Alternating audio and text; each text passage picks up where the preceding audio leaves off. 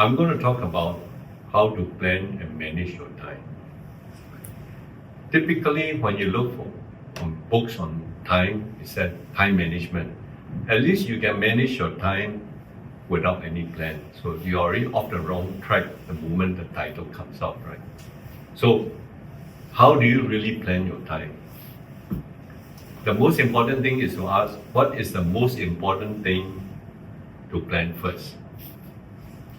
And a lot of people struggle with that, right? So let me start by saying that the most important thing to plan first is actually your personal and family time, right? So basically, when you plan your personal and family time, it's basically you have many hats that you wear. One is as a husband or as a wife. One is your relationship with your parents, your parents-in-law, or even your grands, your siblings and friends. So these are the time that is important to you personally. So what you need to do is plan time to spend with them. And we're going to address how. Right? On the personal side, you also need to look at your health. How do you keep yourself fit, your aerobic conditioning, and I keep track of two numbers, VO2 max and your resting heartbeat. That's an indicator for me. The type of food you eat, and today I also am learning a lot about functional medicine, or basically it's food-led. If you eat the wrong food, you're going to have a lot of problems in life, right? So go and learn about that also. And your personal growth. And your personal growth, you should keep your mind active by reading and also by writing, right? So how do we plan personal time?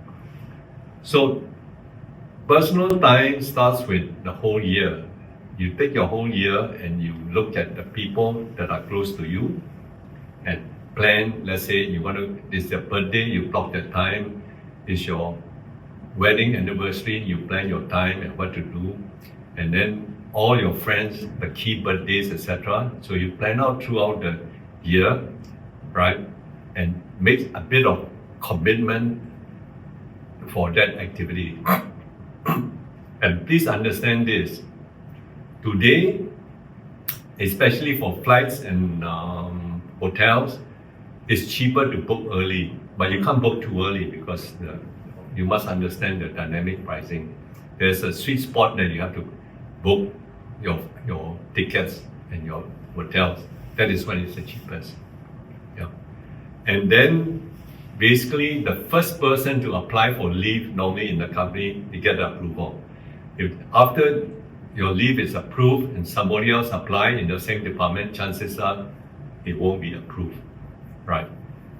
And also just to learn how to be more efficient, every time you go on holiday or you have an event, right after the holiday or event, you should have a post-mortem to say, oh, we came here, this is what we like, no more this type of activities in the future. We try so many different food, this type of food we don't like, this type of food we like. So when you finish your holiday, it's fresh in your mind, you just go through this analysis and it will make your planning better for the next round. Right. Now, having said that, how do you plan your time within the family? Because you cannot be alone, right? So you got to fix a time so that you have a pattern. So typically in the family, you say Friday evening or Saturday evening or Sunday family lunch or whatever. That is when you plan and agree on what are the activities. But please also understand that if you have children who are going to school, chances are a lot of your personal time will evolve along their needs, their holiday time, etc., etc. You can't run away from it. So this is how you plan, and this is how you try to maintain a bit of balance between personal life and work. Okay. So now the family is happy, you come to work. Yeah. So I'm just going to share with you that the company must have work cycle, because the company must structure the planning time for company so that everybody else can be efficient. Because these are very important things, but if you don't fix the time, the whole place is chaos, right? So in our work cycle, we have short-term and long-term planning. Right? The long-term planning starts around March, April. We look at review our company mission, our structure, roughly about one month, one step activity, management information system, strategic plans. We plan our budget, and then we split budget into quarterly, and that become a quarterly goals and objective. Right? So that is a long term. Between October to April, we do what we call medical checkup of the company to see what are the issues that we are facing, that we have problem on, and we form teams to solve all those issues. And chances are, because we've been using this methodology for, I've been using it for 40 years, but in all our company we have that. The long-term planning is quite well on track. The short-term planning is actually in one of the 8 functional areas, and it can be attacked in a smaller team. Right. So that's how we work. We take the whole year's budget and we break it up into quarterly. So we then have a quarterly financial objective. Right. So for the quarterly objective, as I mentioned in the HR side, we pay quarterly bonus because a few things happened in my life. I started setting goals and objectives about almost 40 years ago, and the only thing I knew at that time that people advised me is set the targets for one whole year. I did that, and guess what I learned? Okay, I discovered that around July or August, that means roughly 2/3 of the way into a year, 2 things happen. The people who are very good, they know they will hit their bonus already, so they don't want to work. The people who know they won't hit it also stop working. So roughly you have 60% of your staff who are not motivated to work. So how do we solve that problem? So then I said, okay, that 1 year objective is too long. Plus, when we pay yearly bonus, right, they take the bonus and they resign the next day. So we are paying people to resign. So this, to me, is rubbish. So I then moved to what is called a quarterly performance bonus. So we set the KPI based on 4 quarters. The budget, unfortunately, is fixed for the whole year. We just, based on the quarterly plan, what are the numbers, we put it there. And to fine tune, the month before the quarter, we have a town hall meeting. The purpose of a town hall meeting is that the team has to agree. Then we fine tune the non-financial KPIs, because strategy can change in between. Like COVID came, we have to change certain strategies. So at the end of the quarter, in the following month, the accounting result come out. We will normally measure the result, and we again have a town hall meeting to say that this is what you qualify for, right?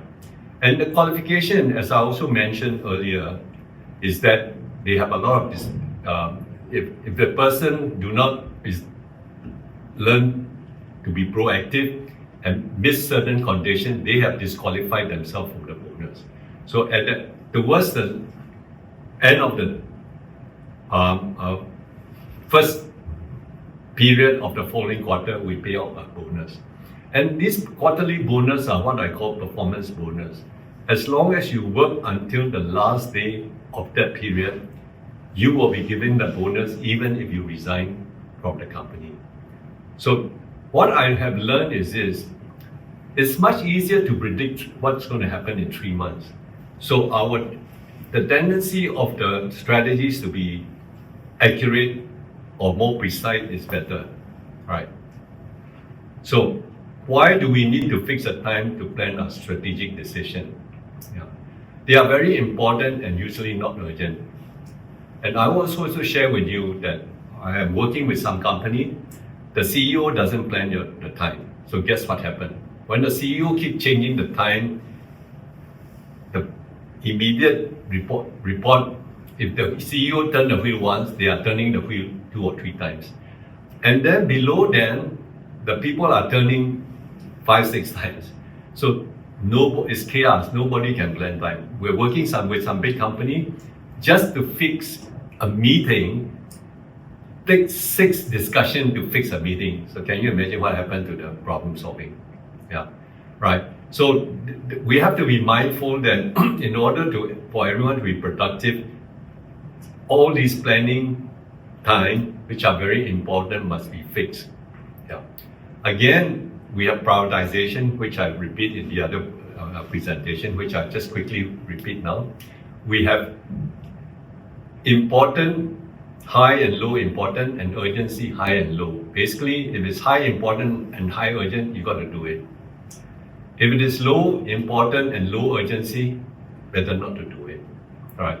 And in terms of high important and low urgency, especially planning, you have to fix a date, specific dates, right? Because if you don't do it within the time, or if the whole company is disorganized in terms of time, everything becomes very urgent and becomes, you must do it yourself. And finally, for the high important but low urgency, you delegate, and I've already taught you how to delegate sideways, right? The other thing to do is we look at work heads, because when you are doing a job, we have many heads. We have the job, we have the quarterly KPIs you must hit, and the different heads. We are in committee. We could be in helping out in HR. We could be helping out engineering. Then there's a role as a manager, and we have many committees, and we have seasonal team like Christmas team, Chinese New Year team. We have Ramadan team. We have Ramadan buffet team. So various jobs, and we must prioritize that. Right. Again, one more thing is checking whether something is minor, significant, or great. If the benefit is way below cost, don't do it. If the benefit costs are equal, you should not do it also. It's only when the benefit outweighs the cost, then you must do it immediately. So how do we do the planning? So this is a slide on the quarterly cycle. So we set the KPI and we measure, right? This is no problem. So the time planning is quite good, but it won't work. Why it won't work? Because changes take place. So the quarterly plan, you got to review at the end of each period. 4th week, 8th week, and the 13th week. You must replan and adjust. Did you finish everything? If you don't finish, you must move it to the next period, so that within each quarter, chances of reaching all your major objectives are there. Now, will that work? Again, it won't work because of changes. Right? So within a period of 4 weeks, you then have to break down and replan each week. Right? So at the end of each week is either Friday evening or Saturday after work. You got to readjust your plan for the following week to catch up with what you missed and what are your key plans for the next week, and combine it together. And what we prefer our people to do at work is they must plan the following week before they go home, because we won't want them to be disturbing the family time over the weekend. Yeah. So will that work again? That is again better, but again, what happened? There are changes again. And changes is daily. So what we do is, at the end of the day, they look at the plan, adjust for what they need to do for the next day before they go home.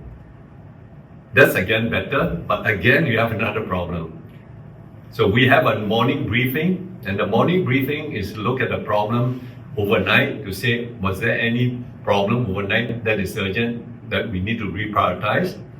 Or are there suddenly a new VIP coming for the day and we got to plan for the new VIP, right? So that is how the time planning changing for the year, for the quarter, for the period, for the week, for the day, for the morning. Right?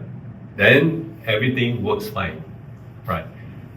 The next area I want to touch on is the time wasters. Most people do not know how to handle time wasters. And let me share with you some of the rules I've come up with, and this is how we teach our people.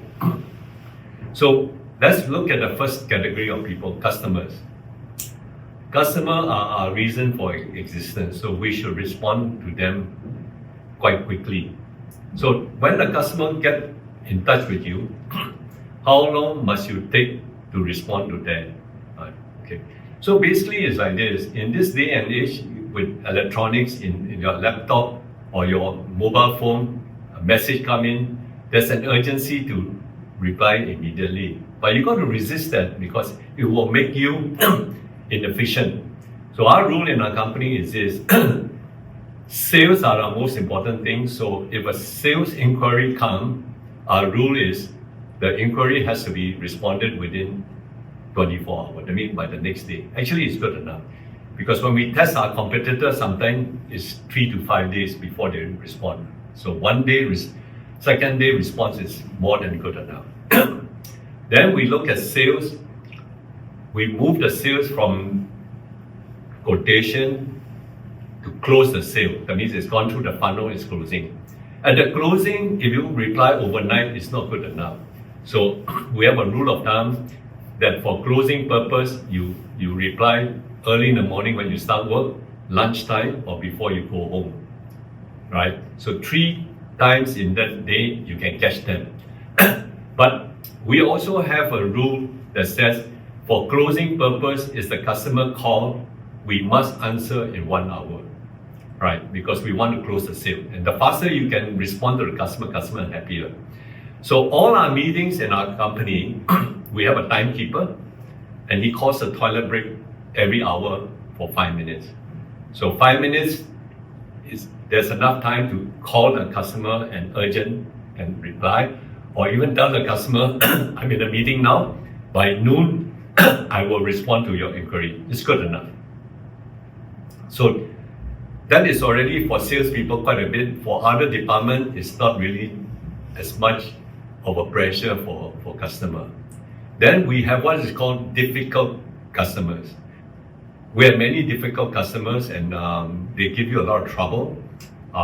For example, I have a difficult customer who will disturb me all sorts of time and I can't work. So what do we do with a difficult customer? Well, we have to train him.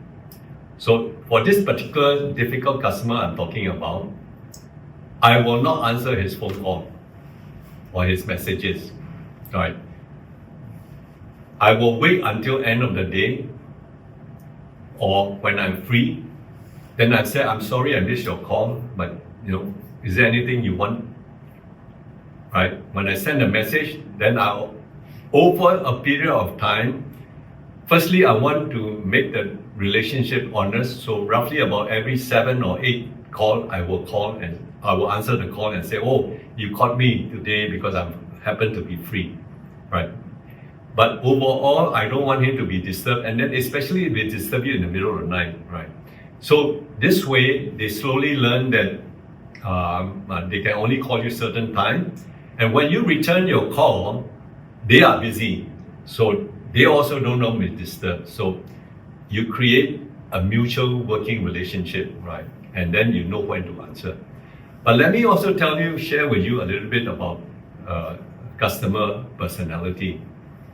I have found that the customer who don't respect your time and who disturb you all the time, they don't respect you.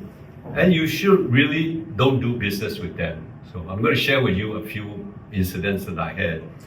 I had one hotel management project that a friend introduced me. And I said, okay.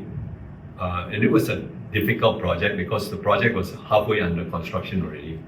So he introduced his friend and I said, okay, I'm coming to Kuching to manage the hotel we manage. I can meet you there. Then he texts back, meet me at midnight. I said, huh?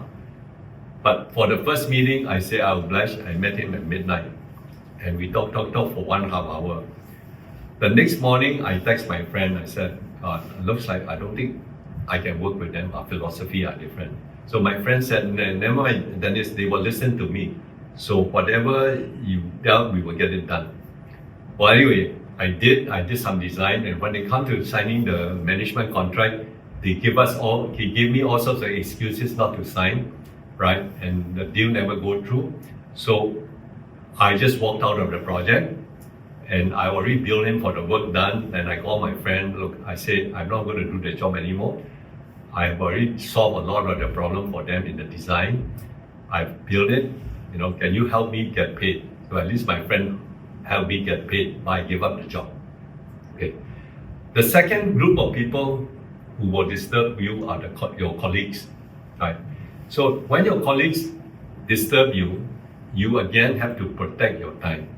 You should basically make known to people that, look, maybe lunchtime you can disturb me, or after work you can disturb me, text me, see me at the end of work, I will have a chit chat with you. So you got to manage your time, because otherwise they will disturb you and you can't work, right? And that is true of all colleagues, right? Then we have another group of people, the owners and shareholders. Like I deal with the hotel owner. It's similar to the customer.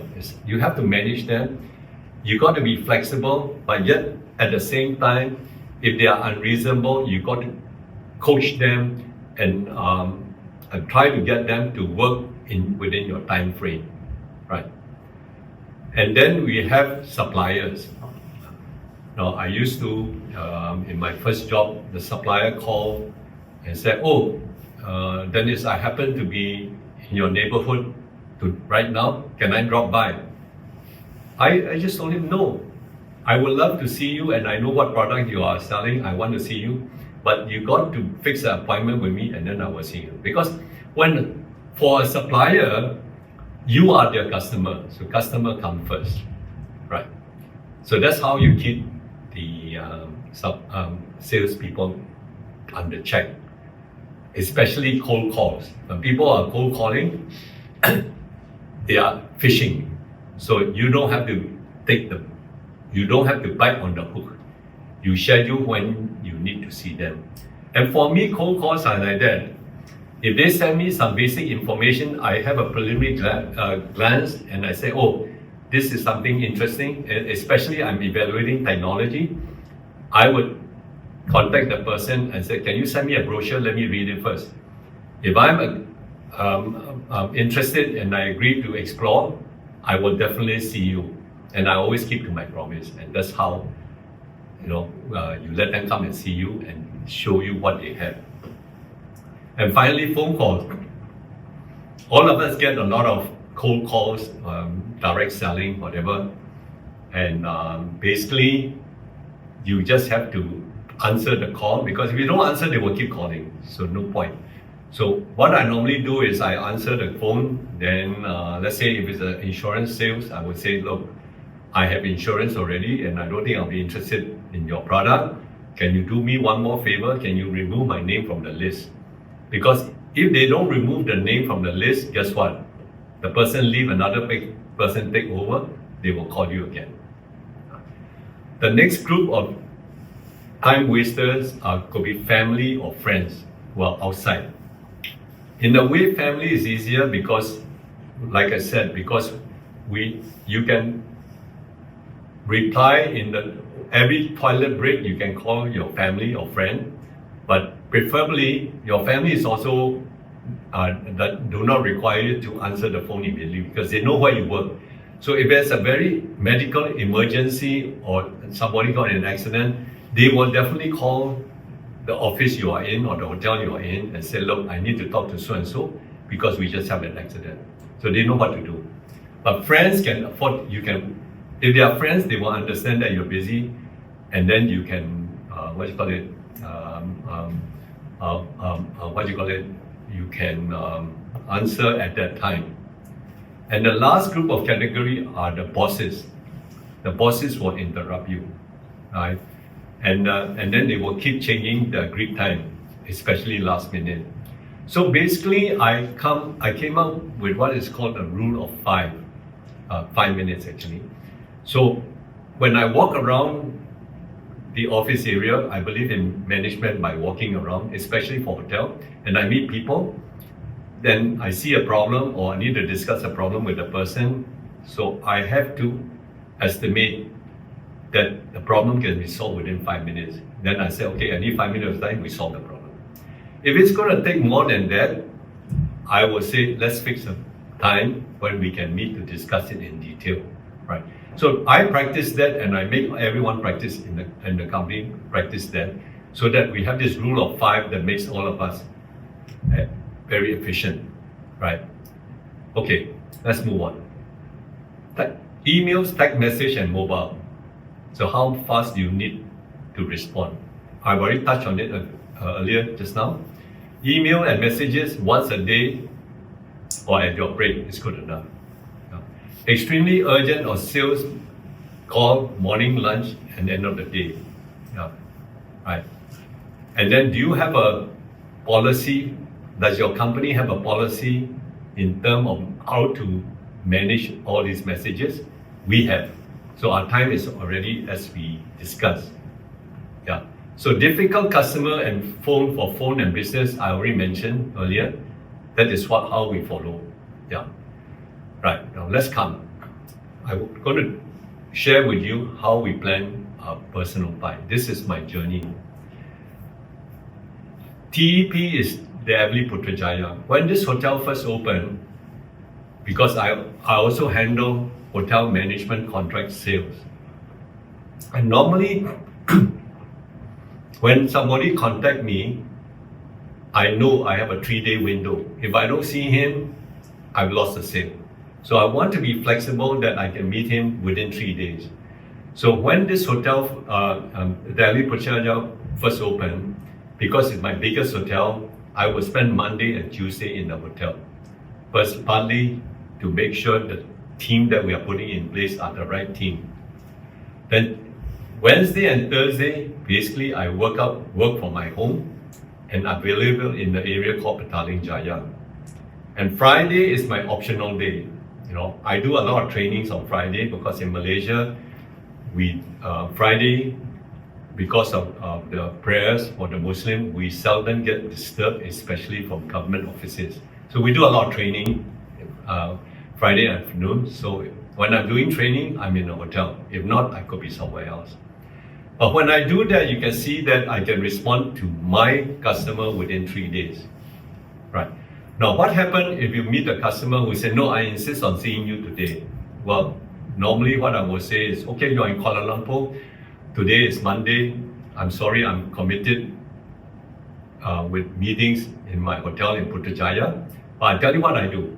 Let me invite you for lunch, right? Why don't you come at 12:30? We will have a 1-hour lunch. And I have a quick, fast tour of the hotel. And then you can know exactly how we work and what type of standards we maintain.